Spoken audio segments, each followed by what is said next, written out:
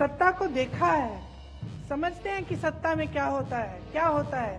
सारे चमचे आसपास आ जाते हैं। देखिए, हमने बहुत प्रधानमंत्री देखे हैं, परिवार में भी प्रधानमंत्री रहे 2, और मोदी जी के खरबपति मित्र, उनके लिए मोदी जी ने 16 लाख करोड़ रुपए माफ कर दिए। आपको याद है, इंदिरा जी आती थी, राजीव जी आते थे, मैं खुद उनके पीछे पीछे जाती थी, बच्ची थी, गांव में डांट खाते थे। अपने ही संसदीय क्षेत्र में अमेठी की महिलाएं डांट देती थी।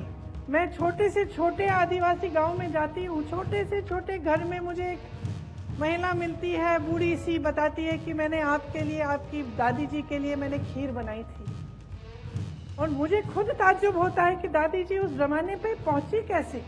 हम तो हेलीकॉप्टर लेके, फिर गाड़ी में जाके, फिर कैसे पहुंचे वहां। कल मुझे कोई बोलेगा ऐसे कि भाई बेटा काम ना करे, हम 5 किलो राशन देते रहेंगे, लड़ पड़ूंगी मैं।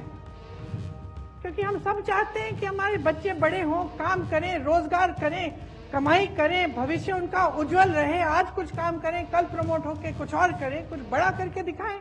देखिए, हमने बहुत प्रधानमंत्री देखे हैं, परिवार में भी प्रधानमंत्री रहे 2। सत्ता को देखा है, समझते हैं कि सत्ता में क्या होता है। सारे चमचे आसपास आ जाते हैं कि नहीं? सब वही कहते हैं जो आप सुनना चाहते हैं। और अगर नेता समझदार न हो, अगर नेता में ज्यादा अहंकार हो, और अगर नेता आपको, अपने आप को सर्वोपरि समझता है, तो वो नेता आस्ते आस्ते खुद भटक जाता है। तो आज के दिन जब हमारे देश के प्रधानमंत्री इतने अहंकारी हैं, आप मुझे बताइए, कोई उनको कुछ कह नहीं सकता। उनको कैसे मालूम होगा कि आपकी परिस्थितियां क्या हैं? आपके बीच तो आते नहीं हैं। आपको याद है, इंदिरा जी आती थी, राजीव जी आते थे, मैं खुद उनके पीछे पीछे जाती थी, बच्ची थी, गांव में डांट खाते थे। अपने ही संसदीय क्षेत्र में अमेठी की महिलाएं डांट देती थी कि अच्छा है भैया, हम प्यार तो करते हैं आपसे, लेकिन हमारी सड़क बना दो पहले। और वो नाराज नहीं होते थे, कभी नाराज नहीं होते थे, प्यार से बोलते थे कि बहन कर दूंगा, मैंने इसका ऑर्डर दे दिया है, कुछ समय तो दे दो मुझे, हो जाएगा। ये थी हमारी परंपरा, और ये हमारी पुरानी परंपरा है देश की। इंदिरा जी तो कितना आई। मैं छोटे से छोटे आदिवासी गांव में जाती हूँ, छोटे से छोटे घर में मुझे एक महिला मिलती है, बूढ़ी सी, बताती है कि मैंने आपके लिए, आपकी दादी जी के लिए मैंने खीर बनाई थी। और मुझे खुद ताज्जुब होता है कि दादी जी उस जमाने पे पहुंची कैसे। हम तो हेलीकॉप्टर लेके, फिर गाड़ी में जाके, फिर कैसे पहुंचे वहां।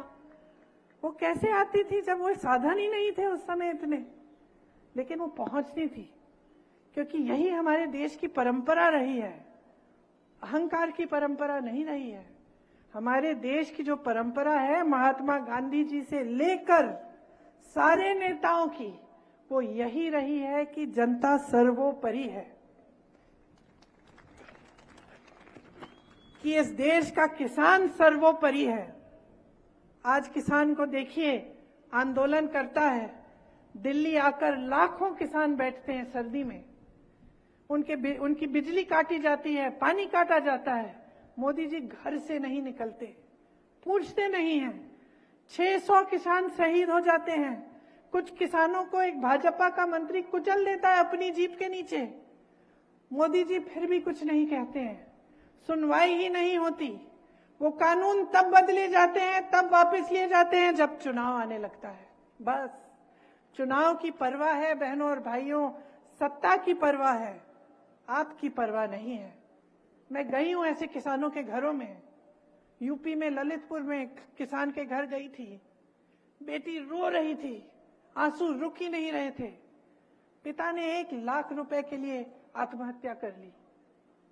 खड़े हुए थे लाइन में खाद लेने के लिए कि खाद मिल जाएगी, कुछ कमाई हो जाएगी। 3 दिन खड़े रहे वितरण केंद्र के बाहर। सरकारी वितरण केंद्र भी नहीं था, प्राइवेट था, क्योंकि सरकारी वाला बंद हो चुका था। खड़े रहे, घर नहीं आई। बेटी कहती रही पानी पी लो, कुछ खा लो। नहीं, अगर मैं लाइन छोड़ूंगा मुझे खाद नहीं मिलेगी।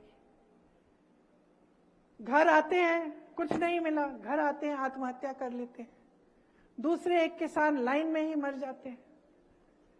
10,000 रुपए के लिए, 50,000 रुपए के लिए, 1,00,000 रुपए के लिए। और मोदी जी के खरबपति मित्र, उनके लिए मोदी जी ने 16 लाख करोड़ रुपए माफ कर दिए। 16 लाख करोड़ रुपए का कर्ज उनका माफ, और किसानों के लिए 1 रुपया कर्ज माफ नहीं किया। कैसी सरकार चल रही है देश में? अपने आप से पूछो। कोई ये नहीं कहता कि उद्योगपतियों को आगे मत बढ़ाओ, बढ़ना चाहिए, रोजगार मिलेगा, चलो आगे बढ़े। लेकिन कभी पहले इस पूरे देश के इतिहास में ऐसा हुआ है कि 5-6 उद्योगपतियों को सारी देश की संपत्ति पकड़ा दी है? देश के बैंक, देश का पैसा, 16 लाख करोड़ रुपए उनको माफ। 15,000 करोड़ का गन्ने का बकाया होता था यूपी के किसानों का कोविड से पहले ही। 15,000 करोड़, इनको आपने 16 लाख करोड़ माफ कर दिए। 15,000 करोड़ का जो गन्ने का बकाया था वो भी नहीं दिया। उसके बजाय 20,000 करोड़ रुपए इन्होंने नए संसद को बनाने में लगा दिए, जबकि अच्छा खासा संसद था। तो सोचिए सरकार सोच क्या रही है, इसकी नीयत क्या है, किसके लिए चल रही है? इस देश के गरीब के लिए चल रही है? इस देश के मिडिल क्लास के लिए चल रही है?